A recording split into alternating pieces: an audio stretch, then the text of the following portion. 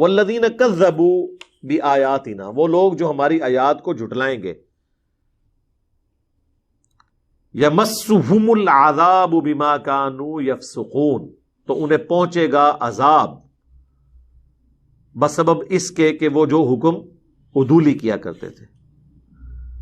تو جس نے اللہ تعالیٰ کی آیات کو سیریس نہیں لیا، جھٹلا دیا، چاہے اپنے عقیدے میں جھٹلایا جس طرح کافر جھٹلا رہے ہیں، یا عمل میں بھی جھٹلا دیا جس طرح مسلمان ہیں، قرآن کی آیات کو مان رہے ہیں لیکن ان کی نہیں مان رہے، صرف آیات کو مان رہے ہیں، تو جھٹلانا ہی ہے نا.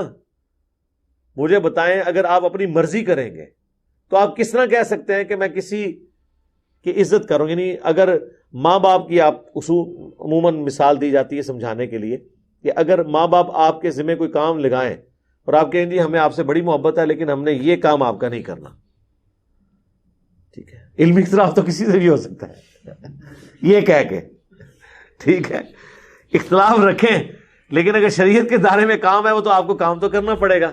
صرف ماننے سے تو نہیں ہوگا کہ ہاں جی میں دل سے قدر کرتا ہوں جو آپ نے مشورہ دیا ہے اور میں دل سے اس کی قدر کرتا ہوں لیکن میں اس وقت اس پہ عمل نہیں کر سکتا، جبکہ وہ ریلیٹڈ بھی اس چیز سے ہو کہ آپ کو وہ کرنا چاہیے. تو وہ کیا کہیں گے، یار کھے مننا ہے تو کھے تے مٹی پہ مننا، میں کر رہے تھے اپنی مرضی ہے نا، تو ویسے کہہ رہے ہیں جی ہم آپ کی رائے کا احترام کرتے ہیں. احترام ہے جب کیتے ہی کچھ نہیں، اس پہ عمل ہی نہیں کیتا ہے تو احترام کہاں سے ہے؟ رائے کا احترام کرتا ہوں، احترام تو ہوئے ہی کوئی نہیں، بے احترامی ہے. یعنی رائے کا احترام یہ تو نہیں کہ کسی کی رائے جو ہے وہ اچھی ہینڈ رائٹنگ میں لکھ کے تو اپنی جیب میں ڈال لی جائے. رائے کا احترام یہ کہ آپ اس بات کو مانیں بھی، یعنی اللہ کو بھی مانے، اللہ کی بھی مانے، رسول اللہ صلی اللہ علیہ وآلہ وسلم کو بھی مانے، رسول اللہ صلی اللہ علیہ وآلہ وسلم کی بھی مانے.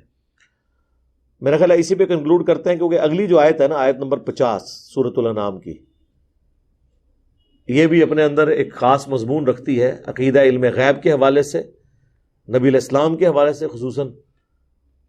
پچھلی دفعہ جب ہماری قرآن کلاسز ریکارڈ ہوئی تھی 344 قرآن کلاسز میں نے پورا قرآن کور کیا تھا، اور اس ایک آیت کے اوپر میں نے 3 قرآنک لیکچر دیے تھے 1.5 گھنٹے کے.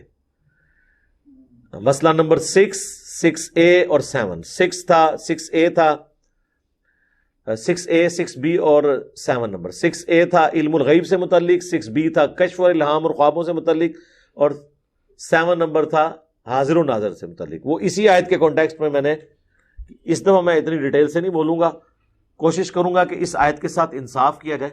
یہ آیت اس طرح نہیں کہ اسے ہم بالکل ویسے ہی گزار دیں سمپل ترجمے کے ساتھ، اس کے ساتھ جو جڑی ہوئی چیزیں انشاءاللہ اگلی دفعہ ہم ڈسکس کریں گے. اللہ تعالیٰ سے دعا ہے جو حق بات میں نے کہی اللہ تعالیٰ ہمارے دلوں میں راسخ فرمائے.